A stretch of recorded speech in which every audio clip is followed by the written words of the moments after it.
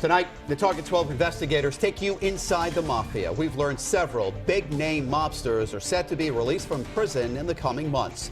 We spoke with law enforcement officials who tell us they keep close tabs on these convicted criminals when they return to Rhode Island. Target 12 investigator Tim White's been covering organized crime for years. He joins us now from the Providence Mobile Newsroom with the exclusive details. One of the biggest names set to taste freedom, reputed mob capo regime Matthew "Matty" Guglielmetti. Investigators tell us the mob he's coming home to isn't anywhere near the one Matty knew.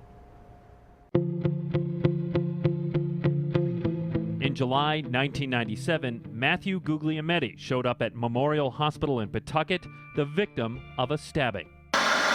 2 knife wounds, one of which was serious.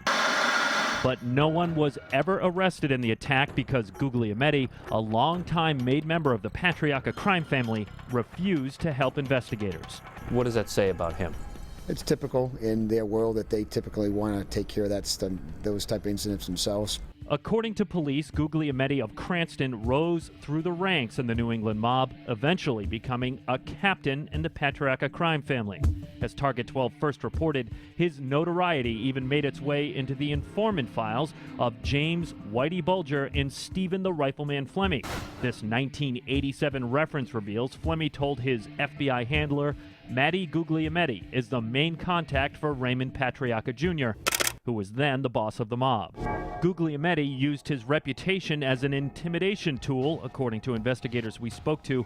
Case in point, our cameras were rolling in 1984 when he confronted an Eyewitness News photographer. If you think you're going to intimidate me with the camera, you're not. I wish you to leave.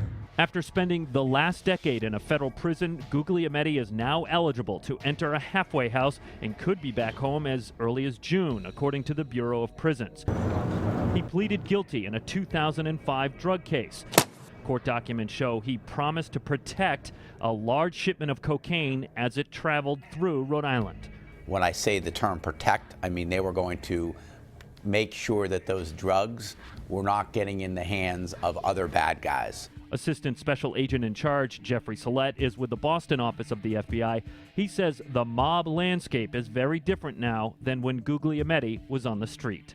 You have very limited strength from Rhode Island in the ranks of La Cosa Nostra. But if you're a sworn member, that's what you took, an oath, and it's tough to get out of that, even if you wanted to. Rhode Island State Police Colonel Stephen O'Donnell is a veteran mob investigator. Time will tell to see if he decides to continue on the path he took, or if he decides to take the right path and get out of that business. Guglielmetti isn't the only mob figure set to be released in 2014.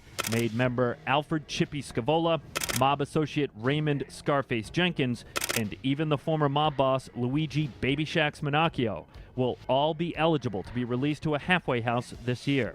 Sellette says the case that put them all away decimated the ranks of Rhode Island's mob. We had our thumb on them. We will not take our thumb off them. So whoever these players are or who will be, this is not a friendly environment for them to do business. Both Sellette and O'Donnell tell me their agencies keep close tabs on career criminals when they're released from prison. With the Target 12 investigators, Tim White, Eyewitness News. This investigation continues online. You can use our interactive slideshow to see some of the key players who are set to be released this year, along with what they're serving time for and when they're scheduled to go free. It's all online at WPRI.com.